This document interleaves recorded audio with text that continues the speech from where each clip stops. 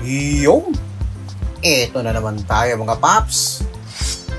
Today, magluluto tayo ng something savory, rich, and full of flavor. Magluluto tayo ng pork and black beans. Simple lang ang ingredients, pero promise, malasa, sulit, at pang-ulam sa kahit anong araw. So kung gusto mong matutunan ang lutong karinyo sa style ng pork and black beans, stay tuned ka lang hanggang dulo dahil may mga food trivia pa akong ibabahagi.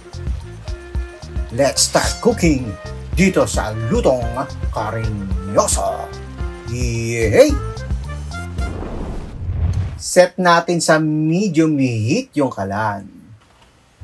Then maglalagay lang tayo ng cooking oil. Yan. So, iintayin lang natin uminit yan, siyempre.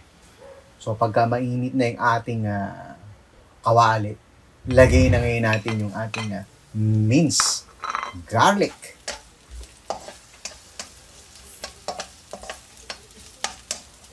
Ilalabas lang natin yung aromatics niya, siyempre. Diba? Yan. Saglit lang to, kasi baka madaling masunog yan. So, bantay-bantayan nyo. Then, lagay na natin yung ating red onion. Bali, medium size lang yung ginamit ko dyan sa red onion na yan. So, ganun din. Sangkot siya lang natin. Hintayin lang natin mag-translucent yung ating onion. Ganyan na. Okay na. Kaganyan. Lagay na tayo ng isang red bell pepper. Siyempre, hindi natin nalilimutan yan. Healthy ang red bell pepper rin. Tsaka maganda yan. Masarap yan. Pampagandang ng lasa yan. Then, maglalagay tayo ng pork. Bali, yung ginamit kong pork is pork steak. Bali, isang pirasong pork steak lang yun. So, pwede naman kayo gumamit ng ibang part ng pork. Yung pork liempo or pork tasin. Depende sa inyo yan. Then, season natin ng salt at saka ground black pepper. So, dinamihan ko na yung black pepper para may anghang ng konti. Diba? Pwedeng lagyan ng sili yan kaso wala kasi akong sili. So, yung ginawa ko, alternative ko na lang, pepper na lang yung ating dadagdagan para may anghang ng konti. Yan. Maganda sa pork steak kasi, madaling maluto So, pork steak tsaka malaman, yung talagang usually ginagamit yun, pork steak. Then, ilalagay na natin yung black beans.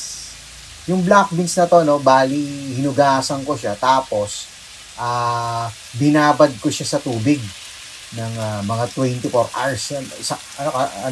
Isang buong araw ko, binabad yan.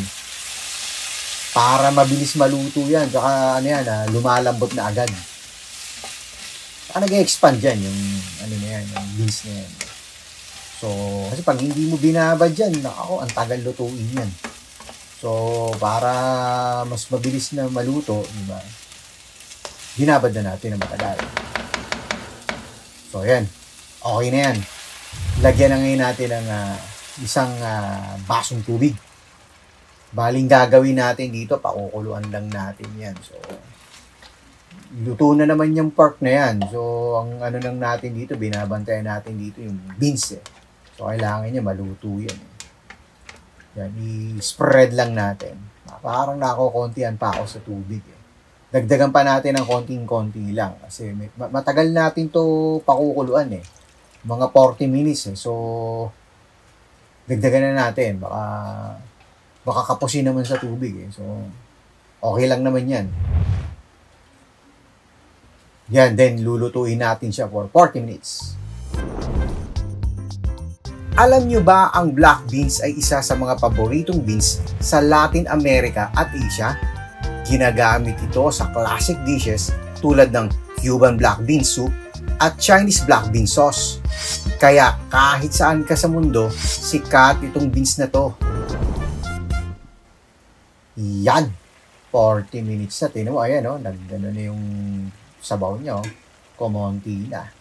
So, yan, lumapot na. Oh. Actually, pag niluluto nyo to, tingnan nyo rin, kung wala ng tubig. Baka mamaya wala ng tubig. Tingnan nyo rin. Depende yan sa oras na binibigay nyo. Hindi naman pare-parehas yan. 40 minutes, may tubig. Depende yan sa, syempre, sa apoy nyo. So, tikman natin yung black beans kung okay na. Yan! Luto na yung black beans.